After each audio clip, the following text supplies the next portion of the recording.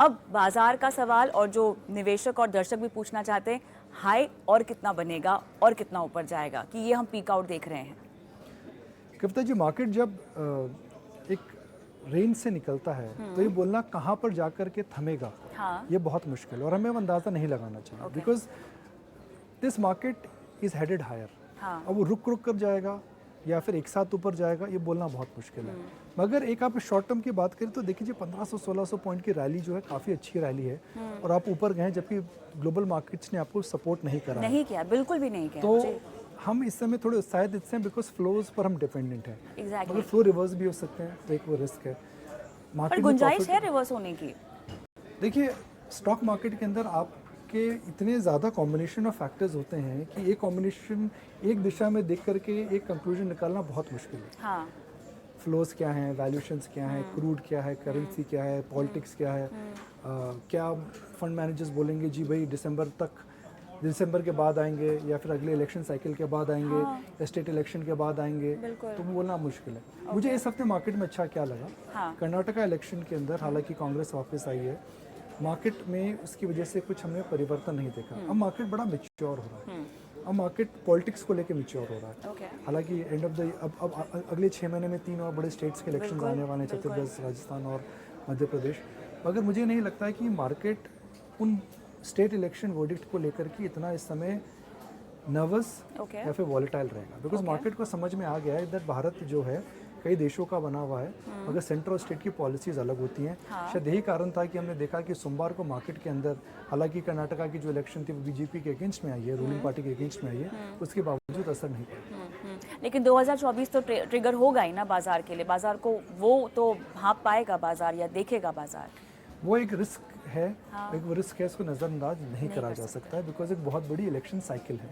But over the years what we have realised is that what really matters is that election cycles are important and they are crucial, but ultimately what matters is that किस direction में आपकी economy चल रही है। जब आप एक छोटा सा स्टोन एक हिल के टॉप से गिराते हैं तो जब तक वो नीचे पहुंचता है बड़ा गोला बन जाता है। तो भारतीय इकोनॉमी का जो डायरेक्शन है वह एक प्रकार से गति पकड़ चुका है। तो इलेक्शन साइकिल आएंगी जाएंगी, रुकावट आ सकती है, नहीं आ सकती है, बोलना शॉर्ट टर्म में मुश्किल है। मगर जो इकोनॉमी का रुख है, I think it is just moving in the right direction which is what matters. तो 2 सिनेरियोज मैं आपको देती हूँ। एक सिनेरियो ये कि अगर एफआईआई का निवेश हमें लगभग इस पूरा महीना और जून के पहले 15 दिन भी अगर लगातार दिखा, अच्छा तगड़ा दिखा, तो लेवल्स अप्रॉक्सीमेटली कहाँ तक पहुँचेंगे, और अगर यहाँ पर थोड़ी सी हमें कमज़ोरी आती हुई दिखाई दी है तो बाजार रेंज बाउंड होकर किस दायरे में घूमेगा? देखिए, फ्लोज को प्रेडिक्ट करना बहुत मुश्किल होता है। बिल्कुल। हम हमेशा एक अजम्पशन करते हैं based on what we understand about mood, valuations, trends and macros. तो अगर फ्लोज अच्छे रहेंगे तो it's a matter of few trading sessions that Nifty will make a new high. जो नया है बैंक निफ्टी ऑलरेडी टच कर चुका है, बनाया इन्हें ऑलरेडी टच कर चुका है, तो जाहिर है लीडरशिप बैंक्स में। मैन्युफैक्चरिंग की मैं कई समय से बात कर रहा था, मुझे लगता है मैन्युफैक्चरिंग के अंदर मैं कुछ नंबर्स देख रहा था, मैन्युफैक्चरिंग कंपनीज के अंदर, भले डिफेंस में हो, कैपिटल गुड्स में हो, या फिर वो मोबाइल मैन्युफैक्चरिंग की कंपनीज हो, मुझे लगता है कि उनके अंदर भी उछाल रहना चाहिए। मुझे लगता है नीश कंजम्पशन एक बहुत इंपॉर्टेंट सेक्टर रहेगा। लास्ट टाइम हमने बात करी थी, मुझे लगता है उस पर ध्यान देना चाहिए। आईटी में अभी अवॉइड करें, मेटल्स को अभी अवॉइड करें, छोटे बैंकों को अवॉइड करें। एसबीआई के नतीजे आने वाले, उनका वेट करते हैं, हमें सेंस आ जाएगा क्या होगा।